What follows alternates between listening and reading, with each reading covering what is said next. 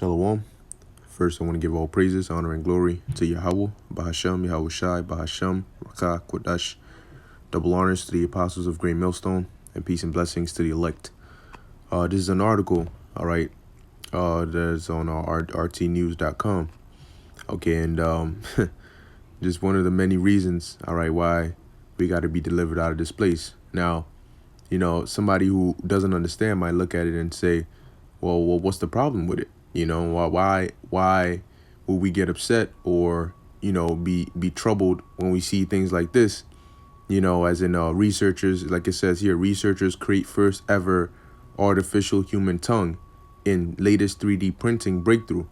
You know, they might say, well, this could be used to help people. So what, you know what I'm saying? What's the problem with it? Well, the problem with it is this is basically Esau trying to play the role of God. You need to understand that through this man's technology, all right, what they're doing is they're taking faith from out of the earth.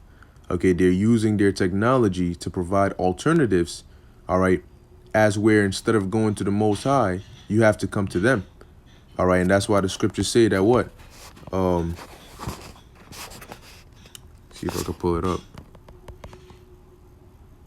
All right, they're basically trying to play the role of God on earth. All right, now tell me which previous empire, okay, did that? Okay, did Nebuchadnezzar go around printing 3D tongues, you know, trying to replicate human bodies? All right, now this is 2 Thessalonians 2:4. It says, really I start at 3. It says, let no man deceive you by any means, for that day shall not come, except there come a falling away first, and that man of sin be revealed, the son of perdition. Okay, and that man of sin ultimately is Esau Edom. All right, today known as the so-called Caucasian race. All right, or the so-called white race. Now, they're being revealed right now. Now, it calls them the son of perdition, all right, meaning destruction. Why? Because that is their spirit. They are the physical counterpart, all right, of the devil, the children of the devil.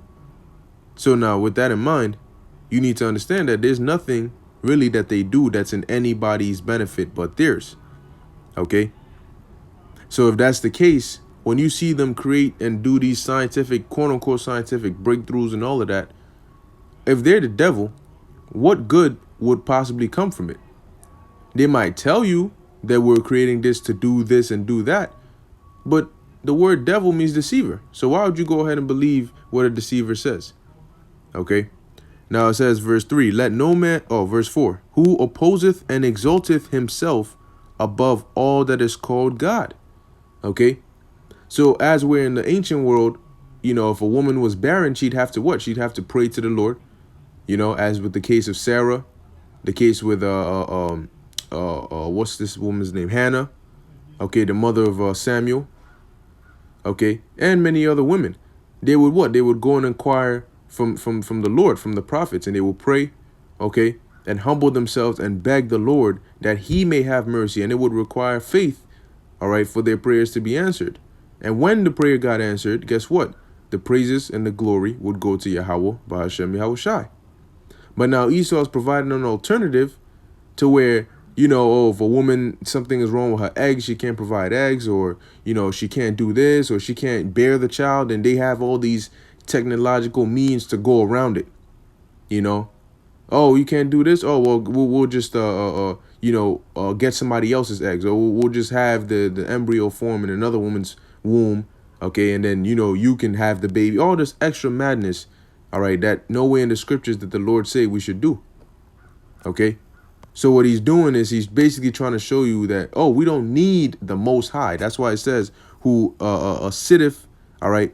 It says so that he as the Most High sitteth in the temple of God, showing himself that he is God. That's what they want ultimately. They want to take the praise of the Most High. They want to take the role of the Most High. They want to have the power of the Most High. But that is not, okay, that is not the way that the Lord created it, man. You are a creature, a creation. A creation is never, ever above the Creator. But let's keep reading. And so it says, a multidisciplinary team has 3D printed a replica of the human tongue. But what do you need a replica for if the Lord already created the tongue? The Lord already created the human tongue.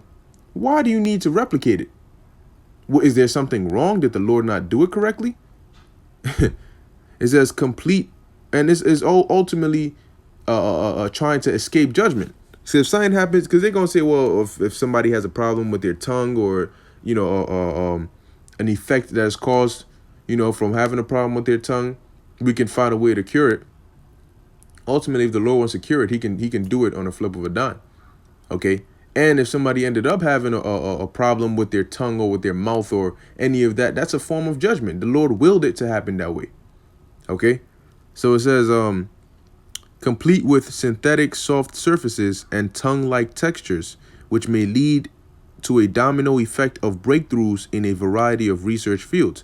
But that's what they like to call it, breakthroughs. But all it is just going more and more left. Okay, they want to exclude the Lord from all creation, and basically use the Lord's creations as blueprints for them to do their own creation.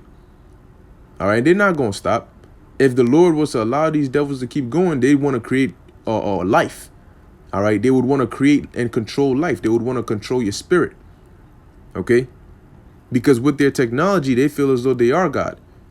But understand that the spirit is ultimately greater, man. And as it tells you in the book of Obadiah, their pride have deceived them. So it says scientists led by the University of Leeds in collaboration with the University of Edinburgh have meticulously replicated the surface of the human tongue, which plays a critical role in how we taste food, how we speak, swallow, and absorb nutrients, among other functions. The Most High, when he gave the blueprints to Yahushua, all right, with the angels to have, create these things, he didn't do it with a defect. That's why when you read in the book of Genesis, it says, and they looked, all right, upon whatever was created, and they saw that it was good. Okay, the Most High looked upon it. He saw that it was good. Okay, he sanctioned it. Now, the question is, with all the problems that are already going on in the world, you spending billions and all this amount of money sponsoring them and buying them the technology and all these things so they can replicate human tongues. What about those that are starving? What about those that are dying of the man-made diseases that these same devils created? Why don't you work on a way to fix that? Since you like fixing things so much, Instead, you busy trying to fix microchips into human bodies. You busy trying to fix the population down to 500 million. So it says, the biometric tongue accurately mimics the topology, elasticity, and wettability, how a liquid keeps contact and spreads across a surface of the human tongue, the scientists claim. All right, and ultimately, what's going to happen at the end of this? They want the praise of, hey, oh, look what scientists made. Look what Esau was able to do. The Most High created a tongue. Well, Esau can give you, if something goes wrong with what the Lord gave you, you can come to us. We'll give you something better. Or we'll give you an alternative. There ain't no alternatives outside from Yahweh Ba'Shem Yahushua, man. Okay? There's no plan B with the Lord. It's only one plan, and that's his plan. All right? And the world is going to find that out very soon. Now, I'm not going to read the whole article, but let's see. Let me read a paragraph more. It says the synthetic silicone structure could play a game-changing role in screening new oral technologies while also improving nutritional technologies, pharmaceuticals, and dry mouth therapies. Some and majority of these ailments and problems, there's natural cures for. It says some 10% of general population suffers from dry mouth. The team comprising, so if you suffer from dry mouth, that means you got to change your whole tongue. Does that mean you have to replace your whole tongue because you suffer from dry mouth? Is dry mouth something that randomly just got out of nowhere? It wasn't. There was no such thing as that in the ancient world. Just magically in this day and age, it just manifested, and the only solution is to replace your tongue. It says the team comprising food scientists, experts is in soft matter physics, dentistry, mechanical engineering, as well as so now what if your body doesn't react correctly to it? And what if your artificial tongue gets cut? Is it going to artificially heal itself? Is that going to make you part technology, a biohuman, or a techno-human, a cyborg? What is it?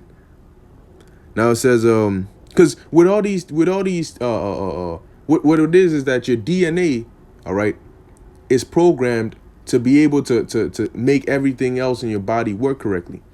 So if you're going to replace a certain part of your natural body, or really you're going to become part machine, your DNA is also going to need to be partially altered into part machine. Okay, because our DNA isn't created for us to be linked with machines. Okay, so it says dentistry, mechanical engineering, as well as computer science focused on the anterior dorsal section, roughly the middle of the visible tongue, after the tip, but before the base. This area is partially covered in some papillae, the little divots dotted across the tongue, which contain taste receptors, though not all act as taste receptors. The team took molds of the tongue surfaces from 15 participants, and basically, hey, like we said, man, they're basically trying to play the role of God. But guess what? The Lord said He's gonna give us new bodies, man. Okay, so we don't need technological replacements. If something's wrong with your body, you pray. Okay, the scriptures tell you that. If there's something wrong with your body, just pray, man. All right, but let's go here to the book of Obadiah, chapter 1. All right, and let's start at verse 2. It says, it's Obadiah 1 and 2. Really, I start at 1. The vision of Obadiah, thus saith the Lord power, concerning Edom. So whatever we're about to read is concerning Esau, Edom. It says, we have heard a rumor from the Lord, and an ambassador is sent among the heathen. Arise ye, and let us rise up against her in battle. Behold, I have made thee small among the heathen, thou art greatly despised. Now, when you look up the word small, I believe it means insignificant. All right, Qatan, which is what? Young, small, insignificant, unimportant.